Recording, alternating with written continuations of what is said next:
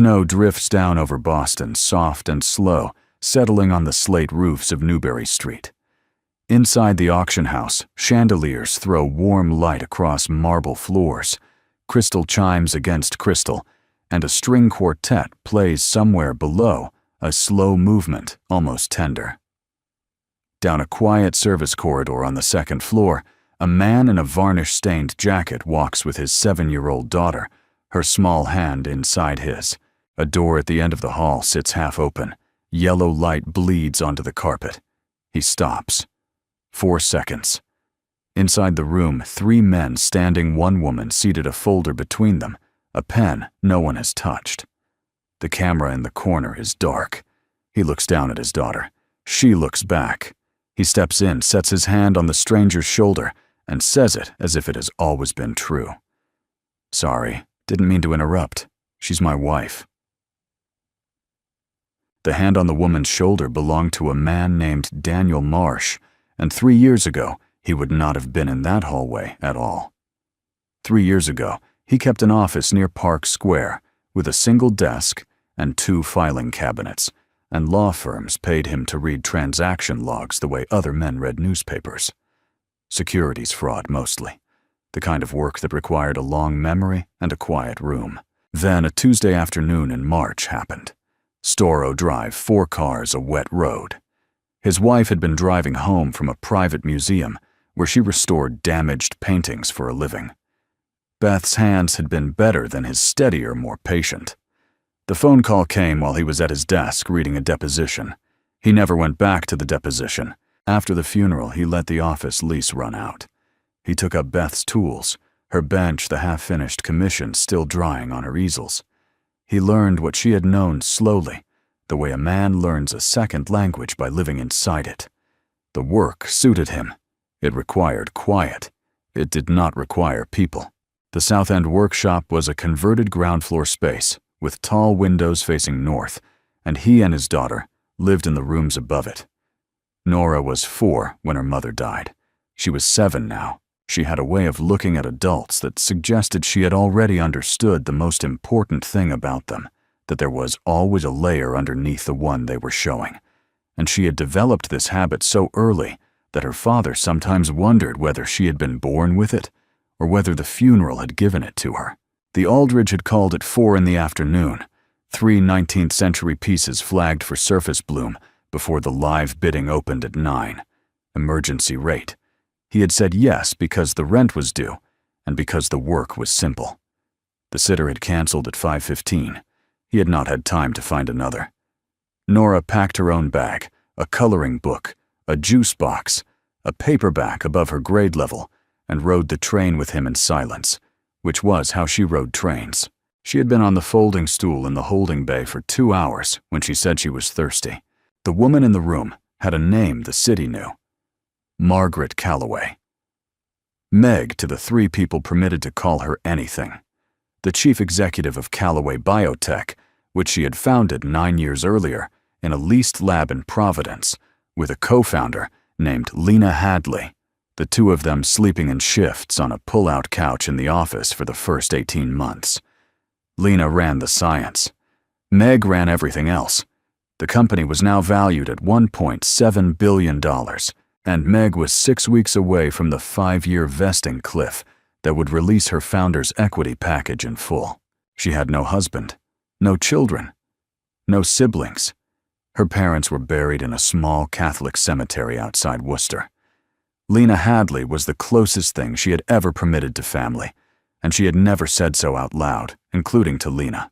She had come to the gala because the Aldridge Benefit funded a hospice network her mother had used in the last year of her life, and because Callaway Biotech had a table, and because the kind of woman she was understood to be did not skip these evenings. She had been holding a glass of seltzer near the south staircase when one of the new security men, a man whose name she had been told twice and could not remember, had stepped into her sightline and said that Mr. Vance needed 5 minutes upstairs. A merger conversation. Quiet room. Nothing on the books. She should have refused. She knew walking up the stairs that she should have refused. But Stuart Vance had been the chief operating officer of Callaway Biotech for 7 years, and 7 years of standing meetings and signed documents and shared boardrooms made it harder, not easier, to say no to a 5-minute conversation. The room at the end of the hall was small. A conference table, 4 chairs, a sideboard, with a pitcher of water that had not been refilled. Stuart Vance stood near the head of the table. 2 men she did not know stood to either side of him, older, suited the polish of attorneys who did not appear in courtrooms. One carried a leather portfolio. The other carried nothing, which she found in retrospect more frightening. The folder was already on the table when she walked in. Stuart slid it toward her without preamble. "Open it, Meg." She opened it. What she saw inside the folder had cost Stuart Vance $11,000 and 4 months. It was a binder of forensic reconstruction documents, internal email threads, and laboratory notebook scans, all of them suggesting that Lena Hadley had falsified efficacy data during the patent application for Callaway's lead compound in the spring of 2019. The fabrications were professionally done. Independent forensic auditors would need somewhere between 4 and 6 months to prove they were not real. Stuart did not need them to be real. He needed them to exist. He explained the arrangement in a voice trained on quarterly earnings calls. Beside the folder, his attorney set down a second document, a temporary governance authorization signature. Tabbed, granting Stuart interim operational authority over the company, pending an internal review. If she signed the folder, went into a shredder by morning. If she did not, the folder went to the FDA before sunrise, copies to the Wall Street Journal and to Callaway's lead institutional shareholders. Lena's career, the patent, the share price, all of it in one news cycle. Meg understood, looking at the folder, that the careful preparation underneath it had not been 4 months of work. It had been longer. Stuart had been rerouting financial reporting through a subsidiary structure for at least a year. She had noticed it 3 weeks ago and had not yet acted. 2 of her personal security men had been replaced inside the last month, more quickly than she had thought he could move. The corridor cameras outside this room were not recording, and the only person who would have authorized that was the man standing across the table from her. She did not look at the men. She did not look at Stuart. She looked at the folder and at the pen lying beside it, and she thought about Lena, who was at home in Cambridge tonight, with her wife and their 2-year-old, and she did not pick up the pen. She had been looking at the folder for 90 seconds when the door moved. Daniel had read the room in 4 seconds, and most of what he had read was already in the past tense by the time his hand touched her shoulder. The woman's posture told him she had not chosen to be there. The angle of the 3 men told him they were not letting her leave. The folder on the table told him there was leverage in the room. The pen, untouched, told him she had not yet given them what they wanted. The dark recording light on the corner camera told him that whatever was happening here was not meant to exist on a record. He had spent 6 years before Beth's death building cases out of moments exactly like this one, and the part of him that had done that work was older than his grief and had not been entirely killed by it. He could keep walking. He had a daughter holding his hand. He had a workshop and a quiet life and 3 years of practice in not seeing things. He looked down at Nora. Nora looked back at him. What passed between them in that look was not a question and not a permission. It was the recognition on her part of a thing her father had once been and had stopped being, and her steady willingness to wait while he decided which of those 2 men he was going to be tonight. He stepped through the doorway. He crossed to the woman at the table. He set his hand lightly on her shoulder, the way a man would if he had done it 1,000 times before, and he looked at the 3 men standing around her with an apology already shaping his mouth. "Sorry," he said. "Didn't mean to interrupt. She's my wife." The older man's face did one thing only a quarter second of recalibration, and then went still. He could not call the lie. Calling it meant admitting the room. Meg Callaway stood up. She walked out of the room with the stranger and his daughter, without a glance at any of the 3 men, and the door closed behind them, and the corridor was empty again, and the string quartet was still playing somewhere on the floor below. The service corridor ran the length of the second floor and emptied into a stairwell that smelled of laundered linens. Daniel knew the route. He had walked it 4 times that night with crates and supply boxes. He kept his hand on Meg's elbow, not to guide her, but to keep her at his pace, which was the pace of a man who worked here, and Nora walked in front of them with the unhurried gait of a child whose father had taught her, without ever using the word, what it meant to look ordinary. They went down the back stairs, past the linen room, past the kitchen where someone was shouting about a tray of canapes, out a steel door onto a side alley where a snowplow had pushed the drifts up against the dumpsters, and the cold hit them all at once. Meg stopped on the curb. Her town car was at the main entrance. The driver was not the driver she had ridden in with that morning. She had noticed the substitution in the rearview mirror on the way to the gala and had filed it for later, and later was now. "My car is at the front," she said. "Your car is part of the problem," Daniel said. She looked at him for the first time in proper light. Mid-40s, maybe a little less. Hands stained at the knuckles. A jacket that had been new during a previous administration. Eyes that were doing arithmetic she could not quite see the edges of. "There's a cab stand on Boylston," he said. 2 blocks. We walk. In this.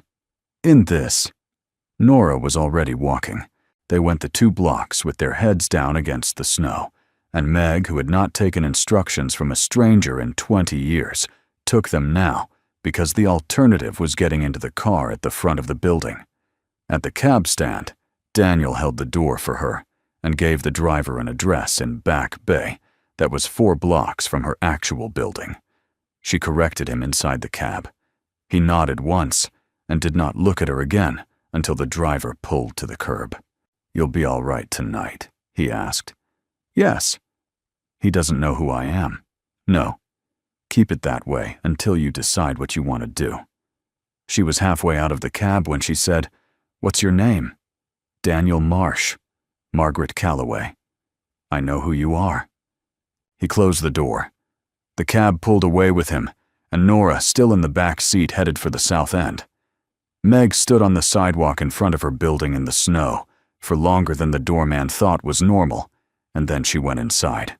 The workshop occupied the ground floor of a brick row building on a side street off Tremont, with tall north-facing windows and a sign above the door that read in dark green letters. Beth had hand-lettered the year before she died. Marsh Conservation. The apartment above it had 2 bedrooms, a kitchen with a window over a fire escape, and a refrigerator covered in Nora's drawings. At 9:20 the next morning, Meg Calloway was standing on the sidewalk outside the workshop in a black wool coat with snow on the shoulders, a leather portfolio under one arm, no car at the curb. Daniel saw her from the bench where he was cleaning brushes. He went to the door and opened it before she knocked. "Coffee?" "Yes." He poured her a cup from the pot on the hot plate in the back and brought her a stool. Nora was at school. The workshop smelled of linseed oil and turpentine, and the faint, cold smell that came in with her coat. She set the portfolio on the bench beside her and did not open it yet. "He'll come back," she said. "I know. It will be cleaner this time. He'll route it through the board. By the end of the month, probably sooner." "What does he want?" "My company. Specifically the founder's package that vests in 6 weeks. He has a seat at the table for as long as he can hold the chair, and the chair is mine." "What does he have on you?" She told him about Lena. She told him in flat sentences without performance, the way a person tells a doctor what hurts. She told him about Providence and the pull-out couch and the 18 months of sleeping in shifts. And she told him that Lena had a wife and a 2-year-old and a career that was not built to survive the kind of accusation Stewart had spent $11,000 manufacturing. She did not say that Lena was the closest thing she had to family. She did not need to. Daniel listened without writing anything down. When she stopped, he said, "What are you proposing?" She opened the portfolio. The proposal was 3 pages double-spaced, drafted in the hours between her return to the apartment last night and her arrival at the workshop this morning. A marriage of record. 6 weeks, possibly 8. Quiet civil ceremony at the courthouse. No announcements, no press. A financial settlement structured as compensation for professional services, rendered large enough that Daniel would not need to worry about Nora's education or the workshop's lease for a long time. A non-disclosure agreement covering the events of last night and everything that followed, and a clause she had drafted herself in her own hand, in the margin of the second page. "There's a provision in our founding bylaws," she said. "Designated spousal representative. A founder can register a spouse to attend board sessions concerning the founder's personal interests. It's been on the books since the company was incorporated. It has never been used." He looked at the clause for a long time. "You want me in the room?" "I want you in the room." He set the portfolio down. "What's the worst thing he has on you that I should know now?" She looked at him.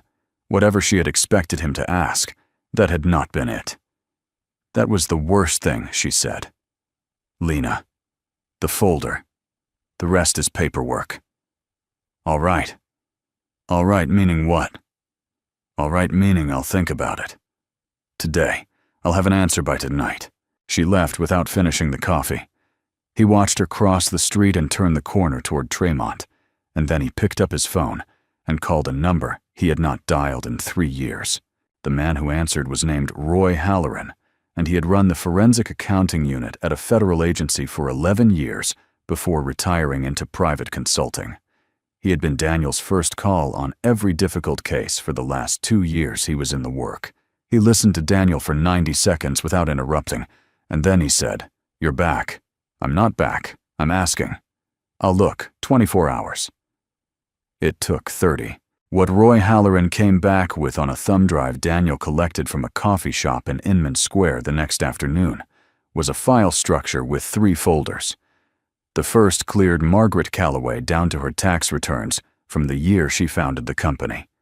The second cleared Lena Hadley with the same thoroughness and confirmed separately that the documents Stewart had assembled were forgeries, high-grade, well-resourced, the kind that took real money to produce.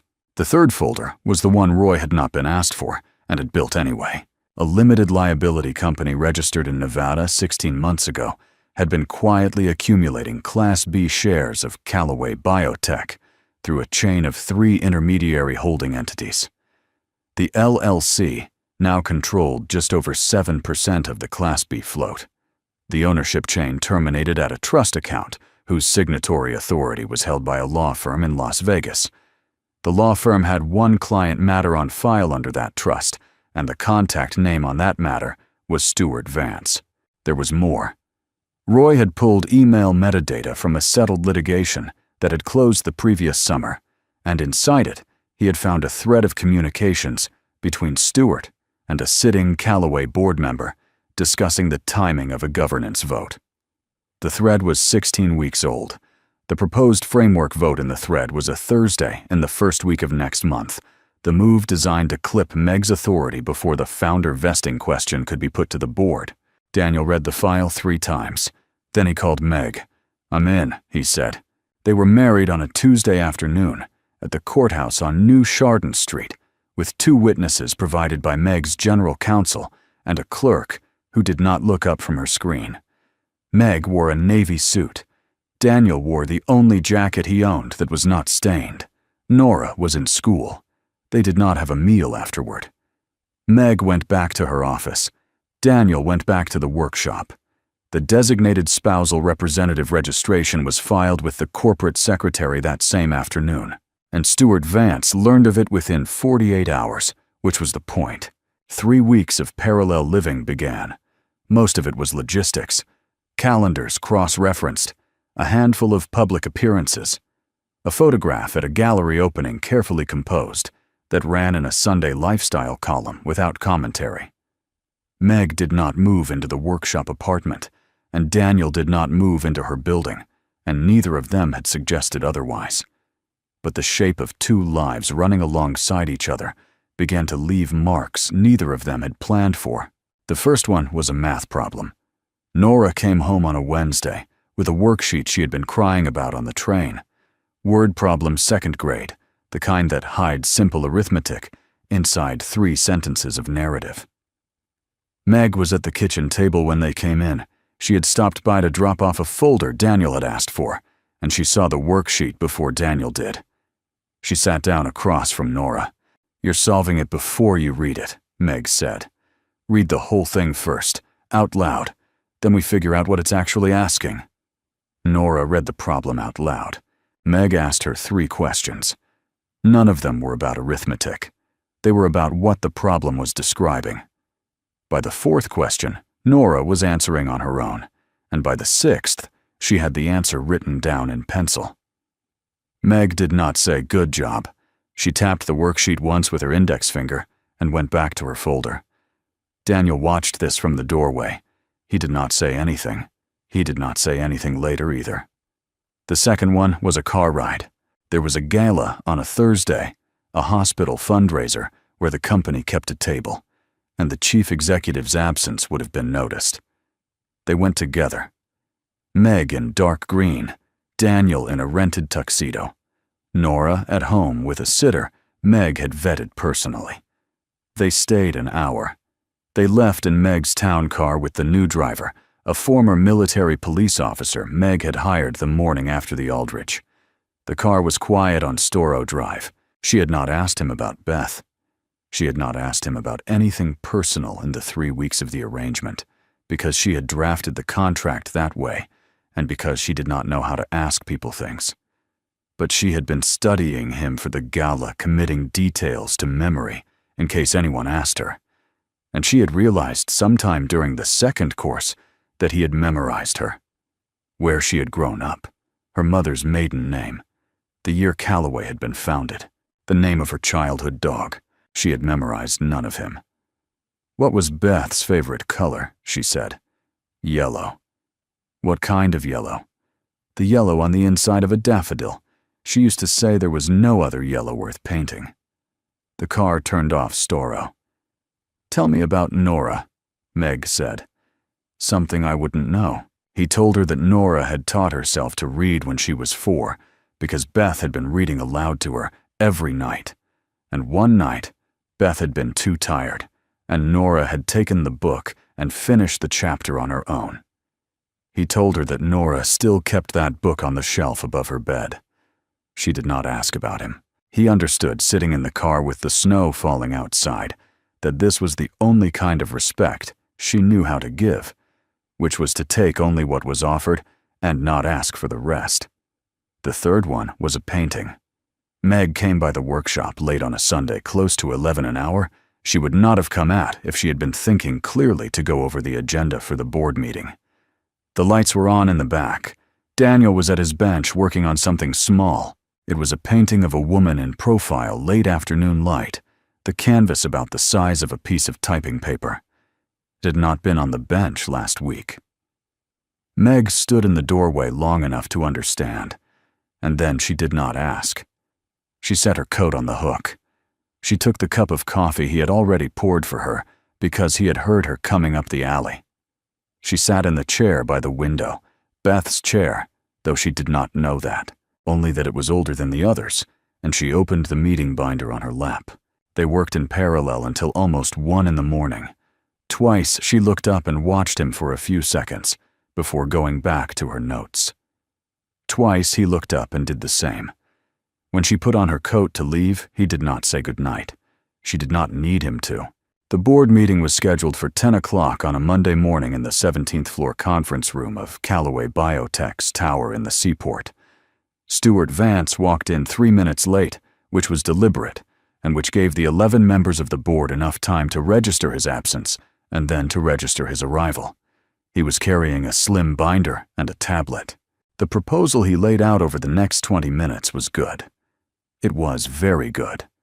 It was framed as a transitional governance framework, designed the language said to protect the company through a period of regulatory uncertainty, and tabled alongside it, as supporting context, was a 4-page compliance summary regarding Dr. Lena Hadley redacted sober, the kind of document that did not accuse anyone of anything, but made an investigation inevitable. The framework included a temporary suspension of Lena Hadley pending review. It included a temporary reallocation of operational authority that would in practice freeze Meg out of the upcoming founder vesting determination. It did not name Stewart, and it did not need to. Meg had counted the votes before she walked into the room. She had 4 soft yeses she could not break. She needed 6 to lose. She sat at the head of the table without speaking. She did not defend. She did not counter. She let Stewart talk. At the far end of the table in the chair designated for the spousal representative, Daniel Marsh sat with a thin folder in front of him and his hands folded on top of it. Stewart finished his presentation and asked the chair to move to a vote. The chair did not move to a vote. Daniel Marsh raised his right hand, the way a man raises a hand in a room where he understands the rules, and the chair of the board, a retired federal judge who had served on Callaway's board for 6 years and who had not yet decided which way she was voting, recognized him. "Mr. Marsh, I'd like to invoke Section 4.2, subsection C4 of the Founders' Bylaws," he said. "Matters directly affecting the personal interest of a founding member. I have material the board should see before it votes." Stewart Vance looked at the chair. The chair looked at corporate counsel, who had her copy of the bylaws open on her tablet within 7 seconds. She read for a moment and then nodded once. "The provision is valid. The spousal representative has standing to address the board on matters of personal interest. Granting the floor is at the chair's discretion." "Granted," the chair said. Daniel stood up. He did not walk to the head of the table. He stayed at his end and connected a thumb drive to the conference system through the port at his elbow, and the screen at the front of the room woke up and showed a single line of text, white on black in a font that was not designed to impress anyone. He spoke for 9 minutes. He did not accuse Stewart of anything. He did not editorialize. He laid out in the order a forensic accountant lays out a case 6 things the board needed to look at before voting on the framework Stewart had just proposed. The first was a corporate ownership chain. A limited liability company registered in Nevada 16 months ago had accumulated through 3 intermediary holding entities just over 7% of Callaway Biotech's Class B shares. The chain terminated at a trust account whose signatory authority sat with a law firm in Las Vegas. The law firm had 1 client matter on file under that trust. The contact name on that matter was on the screen in the same plain white font, and it was Stewart Vance's. The second was a chart. The acquisition pattern of Class B shares by the Nevada LLC overlaid against Stewart's calendar public statements and internal communications over the same 16-month period. The pattern of accumulation accelerated in the weeks immediately following each significant company event that depressed share price. It slowed during quiet periods. It was not random. The third was a thread of email metadata pulled from a settled litigation that had closed the previous summer. A sitting member of this board had 16 weeks ago exchanged correspondence with Stewart Vance regarding the optimal scheduling of a governance framework vote engineered to take place before the founder vesting question would come before the board. The board member's name was on the screen. The fourth item was a timestamp. The compliance summary Stewart had circulated that morning regarding Dr. Lena Hadley contained metadata showing the underlying source documents had been created 4 months ago, before any allegation against Lena had been raised through any internal channel at Callaway Biotech. The documents had not been produced in response to a concern. They had been produced and then waited for. The fifth was the preliminary authentication report from a forensic firm in New York that had spent the last 72 hours examining the compliance summary itself, the very document Stewart had distributed to board members ahead of the meeting. The report ran to 31 pages. The summary, which Daniel projected on the screen for 40 seconds and then took down, identified 6 independent indicators of fabrication. The 6th was the metadata of the spousal representative registration itself, time-stamped 17 days before this meeting, and a copy of the bylaws provision under which Daniel was speaking, highlighted in yellow, with the relevant subsection enlarged so that the room could read it. He sat down. He had not raised his voice once. He had not pointed at anyone. He had not used the word fraud. The room was very quiet. The chair looked at Stuart Vance. Stuart was looking at the screen. He was a man who had spent 4 months building a structure, and the structure had not collapsed under his weight, which would have been survivable. It had collapsed under the weight of someone else's evidence, which was not. "I'd like to take a recess," Stuart said. "I'd like to call a vote on tabling the proposal," the chair said. The vote on tabling was unanimous, except for Stuart, who did not vote. Corporate counsel asked Stuart to remain after the meeting to discuss next steps. The other board members filed out without speaking. Meg gathered her papers without speaking to anyone in the room. She left with the chair walking beside her, the two of them down the long hallway toward the elevators. The collapse, when it came quickly. Stuart Vance submitted his resignation in writing 72 hours after the meeting. The Nevada LLC was referred by Callaway's counsel to the Securities and Exchange Commission for review of its acquisition pattern. The Lena Hadley fabrications were referred separately to federal law enforcement, with the forensic firm's report attached. The 4 board members Stuart had cultivated quietly excused themselves from the company's governance activity. Over the following weeks, 2 of them resigned within the month, and when the founder vesting question came before what remained of the board on its scheduled date, the question carried without difficulty. Lena Hadley was told what had happened on a Thursday morning in Meg's office with the door closed. She listened without speaking. When Meg finished, Lena said, "How long had you known about the folder?" 5 weeks. "And you did not tell me?" "No." "Because I would have wanted to fight him directly." "Yes." Lena studied her for a long moment. Then she stood up, walked around the desk, and put her hand on the back of Meg's neck briefly, the way one old friend marks the end of a difficult conversation with another, and went back to her side of the desk. They finished the meeting on the agenda items they had originally scheduled. Meg did not cry. Lena did not ask her to. On the Wednesday evening of the week after the vesting question carried, Meg called Daniel from her car. "It's done," she said. "I know. The arrangement is yours to dissolve whenever you're ready. Counsel can have the paperwork to you tomorrow morning." "All right. How is Nora?"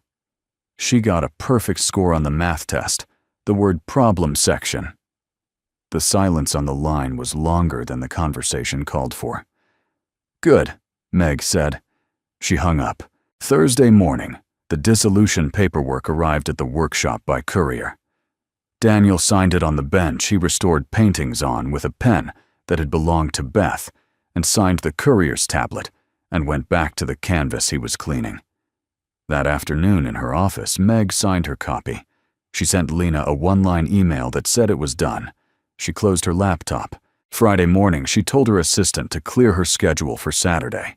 The assistant, who had worked for her for 4 years and had never been given an instruction to clear a Saturday, did not ask why. Friday evening, on the way home from a dinner she had been required to attend, Meg told her driver to take Tremont. The driver, who knew the city and knew that Tremont wasn't the way to her building, did as he was told. They drove past the workshop. The front windows were lit.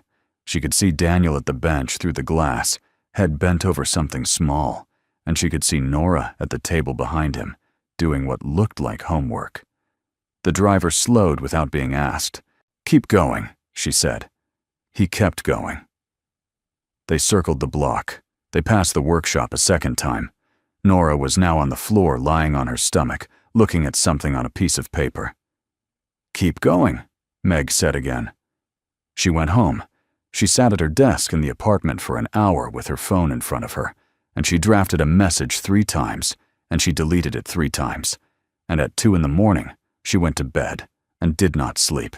At 7 in the morning, she got up, put on her coat, took no purse, and walked outside. She did not call her car. She walked.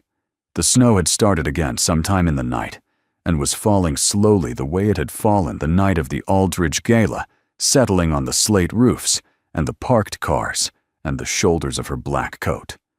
She walked the 16 blocks from her building to the workshop with her hands in her pockets, and by the time she reached the corner of Tremont, her coat was white across the shoulders and her hair was wet at the temples. Daniel opened the door before she knocked. He had been at the front window. He had seen her from a block away. He did not say anything when he opened the door, and she did not say anything when she stepped onto the threshold, and they looked at each other in the doorway for a moment with the snow coming down between them. "The contract was dissolved on Thursday," she said. "I know. I'm not here about the contract." He stepped back. He did not invite her in, and he did not block her, and the space he made in the doorway was the same space he had given her in the cab the night they met, a clearing made for someone else's decision. She stepped inside. The workshop was warm. The smell of linseed oil and turpentine, the hot plate in the back, the kettle on it, the cup he had already set out. The painting of the woman in profile was still on his bench under a soft cloth. "Coffee," he said. "Yes." He went into the back to pour it. A small voice came down the stairs from the apartment.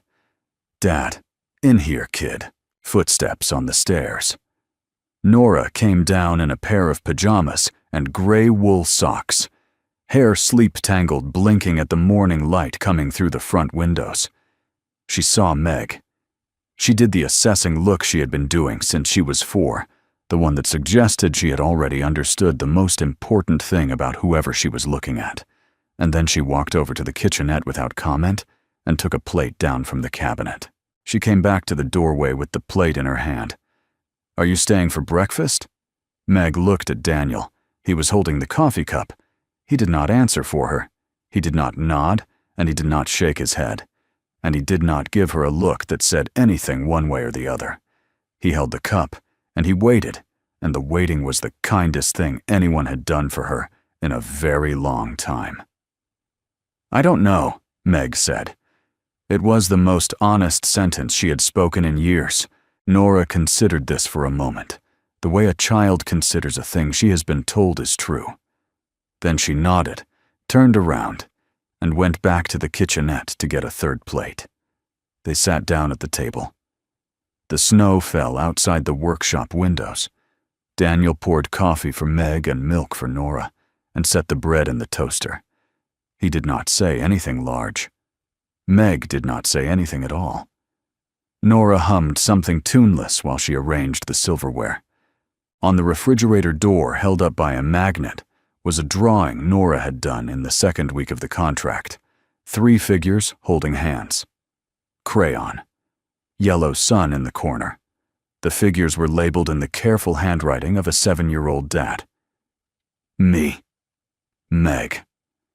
Meg had seen it the first time she came to the apartment, and she had seen it every time since, and no one had ever mentioned it. No one mentioned it now. The toaster popped. Daniel got up to butter the bread. Nora reached for the jam. Outside, a city plow went by on Tremont, and the snow kept falling, and the morning went on the way mornings do when the people in them have decided, without saying so, to stay inside it for a while.